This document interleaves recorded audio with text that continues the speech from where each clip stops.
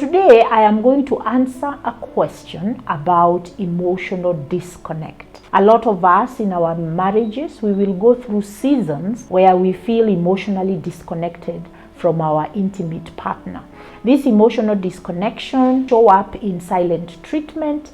It can show up in a lot of negative interactions with each other, lots of criticism, complaining, grumbling, and really not having a feeling of connectedness. The other behaviors that you might see is withholding of presence, going away and not saying where you are, withholding of support, whether it is financial support, emotional support as well. When you are going through a difficult time, probably of grief, instead of them being empathetic, they told you people die all the time, it's the way of life. But also there is the withholding of conversation. For instance, your parents, one of you is not willing to come in and continue parenting together. Others will be parenting together, but really one of them is constantly criticizing the other or creating some sort of divide between the two of you. So if mommy says we don't do this, daddy will come on and say there is no problem with that. Sometimes even fighting in front of the children,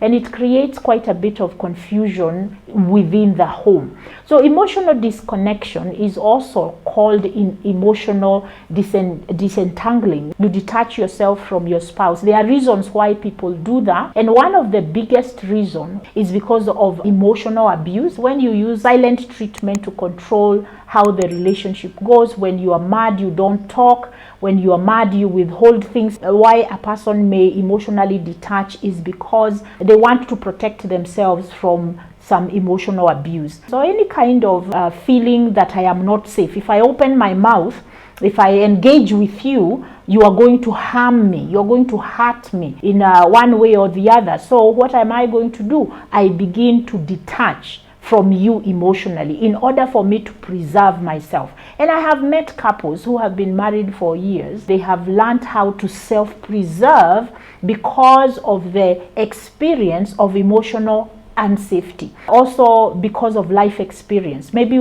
we have experienced a lot of pushbacks from others, being unfairly judged, being unfairly treated, whether it started at home when we were children, and then as young adults we've gone through work experiences where again we are treated unfairly, we don't feel we have a voice. People will detach emotionally, and you will find people who are not able to connect. There is no vulnerability. They are not able to be vulnerable to others because of the fear of being hurt. The other thing that causes people to disconnect, especially within the marriage relationship, is also issues of shame, where you are humiliated by your partner for one reason or another. Or it could also be that your partner is very negative about where you came from. There are people who will take what is vulnerable about you, what you shared in confidence, and they take it and throw it back at you, and they perpetuate the feeling of shame. Shame means that I look at myself and I think there is something innately wrong with me, and usually it's because of how people treat you and how people speak to you. So you feel like there is something wrong with you. The feeling of being helpless and stuck will also cause someone to detach emotionally from the relationship. And so it's important every now and then to evaluate your emotional connection with each other. Remember, emotional detachment has something to do with self-preservation, self-protection.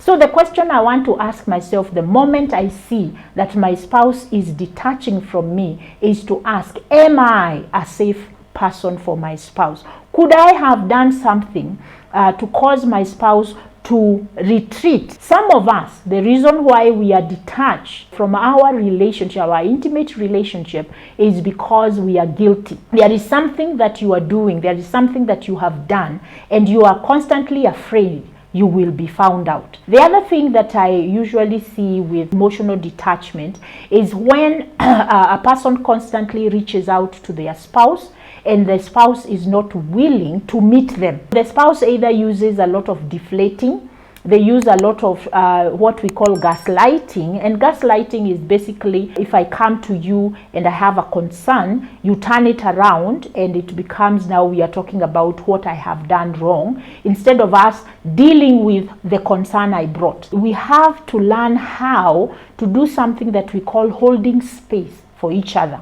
Holding space for each other is actually an emotional exercise. How can I be there for you? This is how you are going to develop emotional connections, where a person feels that you have my back, and they are able to feel safe emotionally with you. When we do not feel safe emotionally with a person, whether it's your boss, whether it's your child, whether it is your parent, your spouse, a friend, when a business partner, when you do not feel emotionally safe, you are going to detach emotionally and you become mechanical. And unfortunately, within a marriage, you are going to go into autopilot. I'm going to do the things that need to be done, but there is no spirit in it. There is no energy and there is no passion in our marriages, in our relationships.